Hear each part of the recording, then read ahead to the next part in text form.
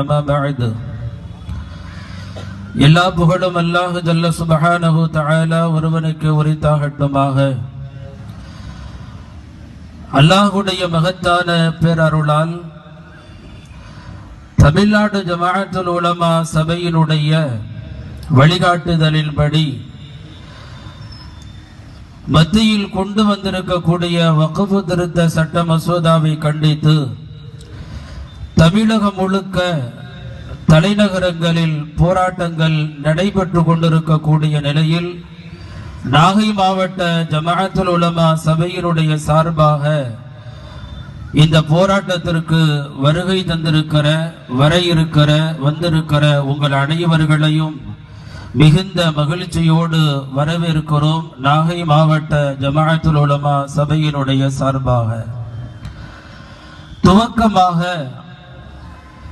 எதற்காக வேண்டி இந்த கண்டன பெருங்கூட்டம், எதற்காக வேண்டி நாடு முழுக்க நடைபெற்று கொண்டிருக்கிறது என்பதனுடைய ஒரு சிற்றுரையாக துவக்கமாக கூறி பின்னாலே வருபவர்கள் விரிவாகவும் விளக்கமாகவும் அதை கூறுவார்கள் என்று சொல்லி துவங்குகிறேன். 1950 இந்தியாவினுடைய அடிப்படை சட்டங்கள் இரண்டாக பிரிக்கப்பட்டது. ஒன்று, அவரவர்களுடைய சமயங்களுக்கு ஏற்ப வாழ்ந்து கொள்ளலாம், வழிபாடுகள் நடத்தி கொள்ளலாம் என்கிற உரிமையியல் சட்டம். அனைவர்களுக்கும் அது பொதுவான சட்டம்.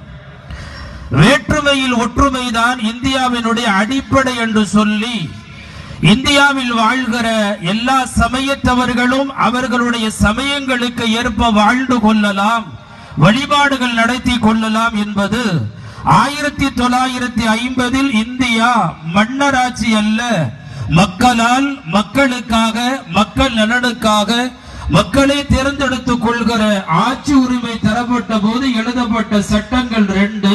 ஒன்று உரிமையியல் சட்டம், இன்னொன்று குற்றவியல் சட்டம். இப்போது நாம் அமர்ந்திருப்பது நம்முடைய உரிமையியல் சட்டத்தில் நாடாளுகிற நடுவண் அரசு கை வைத்திருப்பதால் எங்களுடைய உரிமைகளை நீங்கள் பறிக்க வேண்டாம் என்பதற்காக அறவழியிலும் அகிம்சை வழியிலும் போராடி கொண்டிருக்கிற போராளிகள் நாடு முழுக்க இப்போது போராட்ட களங்களுக்கு நாம் வந்திருக்கிறோம். நாம் போராடுவதற்குண்டான நோக்கங்களை நீங்கள் நன்றாக புரிந்து கொள்ளுங்கள்.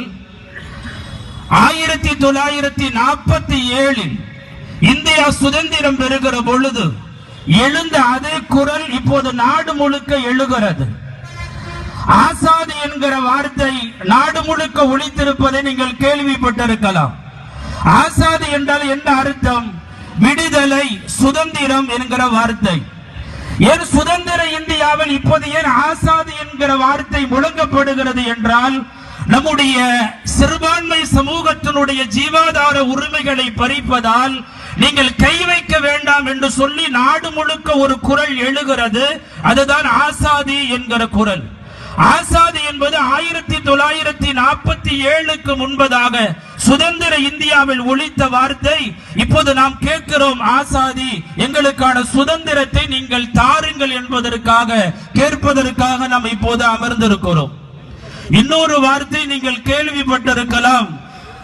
ஹஜரத் முஹானி அவர்களால் எழுதப்பட்ட ஒரு வார்த்தை இன்குலாப் ஜிந்தாபாத் என்கிற வார்த்தை.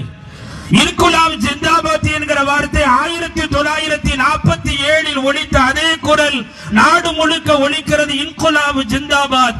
இன்குலாப் ஜிந்தாபாத் என்றால் என்ன அர்த்தம்? போராட்டம், போராளிகள் என்கிற அர்த்தம்.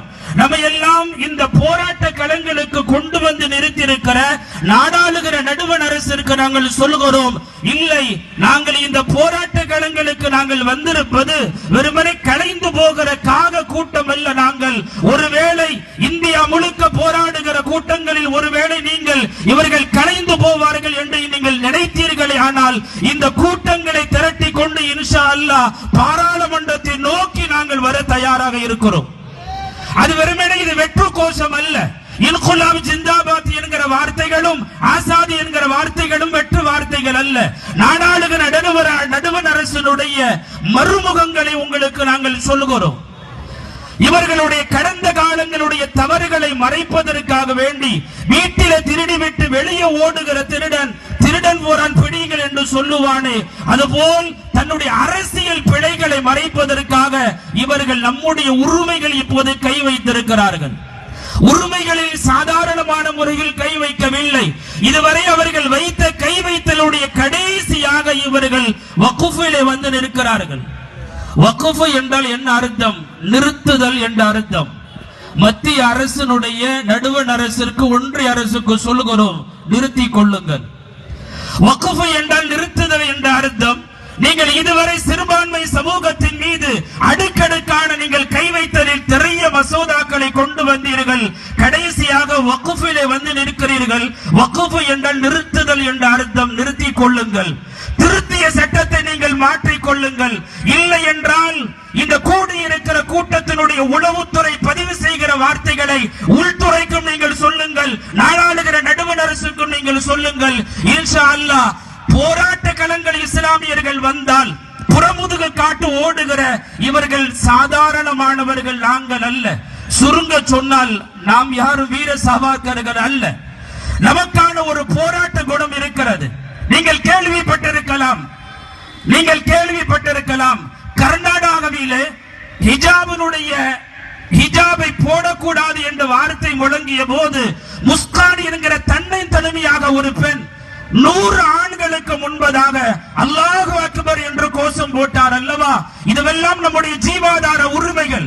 ஒரு பெண்ணினுடைய உரிமை, தனி சமுதாயத்தினுடைய